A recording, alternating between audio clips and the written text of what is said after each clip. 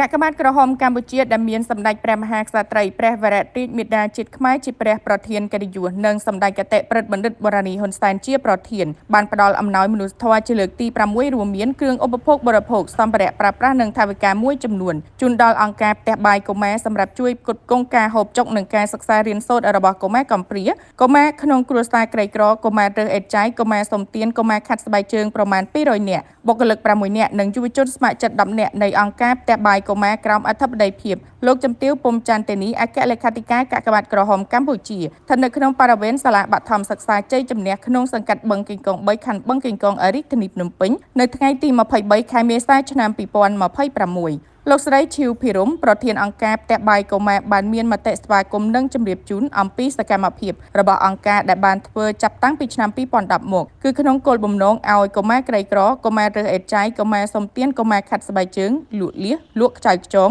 លក់ផ្កាលក់អំពៅបានទទួលអាហារហូបឆ្អែតបានសម្អាតខ្លួនបានសម្រាកបានលេងបានអានបានសរសេរបានកាត់សក់កាត់ក្រចកងូតទឹកជួយជំរុញកុមារឲ្យចូលរៀនដោយផ្ដល់សម្លៀកបំពាក់សម្ភារៈសិក្សាជាដើមលោកស្រីបញ្ជាក់ថាសប្តាហ៍ថ្ងៃនេះមានកុមារប្រមាណជាង863នាក់ទទួលសេវាពីអង្គការផ្ទះបាយកុមារជាក់ស្ដែងព្រឹកនេះមានកុមារប្រមាណ200នាក់ដែលបានមកចូលរួមដោយផ្ទាល់លោកស្រីបានបន្តថាអង្គការផ្ទះបាយកុមារមិនត្រឹមតែជួយដល់កុមារនោះទេប៉ុន្តែបានជួយឧបត្ថម្ភអង្គដល់គ្រួសារកុមារចំនួន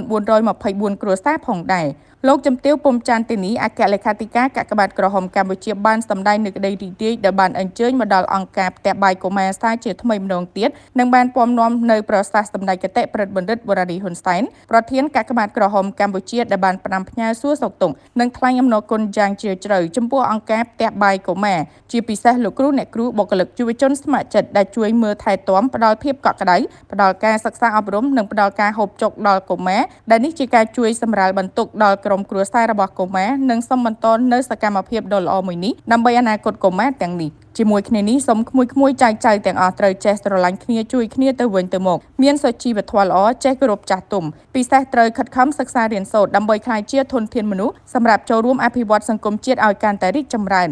លោកជំទាវលើកឡើងថាចៅទាំងអស់នៅទីនេះជាអ្នកមានសំណាងល្អព្រោះកើតមកមានរូបរាងល្អមានកាយសម្បទាល្អនិងសតិល្អដូចនេះចៅត្រូវតែយកចិត្តទុកដាក់ថែទាំសុខភាពឲ្យល្អទាំងផ្លូវកាយនិងផ្លូវចិត្តឲ្យបានរឹងមាំល្អគឺត្រូវមានអនាម័យជានិច្ចក្នុងការរស់នៅរៀបចំផ្ទះសម្បែងឲ្យបានស្អាតនិងលាងសម្អាតដៃជាមួយនឹងសាប៊ូព្រមទាំងបរិភោគអាហារឲ្យបានត្រឹមត្រូវកុំផ្អែមពេកកុំប្រៃពេកកុំខ្លាញ់ពេកអាហារកំពុងច្រើនពេកការផឹកគ្រឿងស្រវឹងនិងការជក់បារីជាដើមដើម្បីអាចជៀសផុតពីជំងឺមិនឆ្លងសំខាន់ចំនួន4រួមមានជំងឺទឹកនោមផ្អែមជំងឺបេះដូងសរសៃឈាមជំងឺមហារីកនិងជំងឺរលាកផ្លូវដង្ហើមរ៉ាំរ៉ៃដែលកំពុងប្រឈមក្នុងចំណោមប្រជាពលរដ្ឋទូទៅនាពេលបច្ចុប្បន្នសូមជម្រាបជូនដែរថាសកម្មភាពមនុស្សធម៌ដែលកាកបាទក្រហមកម្ពុជានៅអង្គការផ្ទះបាយកុមារនៅថ្ងៃនេះក៏ដូចជានៅមណ្ឌលកុមារកំព្រានិងអង្គការមួយចំនួនកន្លងមកគឺជាផ្នែកមួយនៃយុទ្ធនាការគៀងគររកមូលនិធិក្នុងឱកាសទិវា8ឧសភាដើម្បីបង្ហាញជូនសប្បុរសជននៅថវិកាដែលបានទទួលពីសប្បុរសជន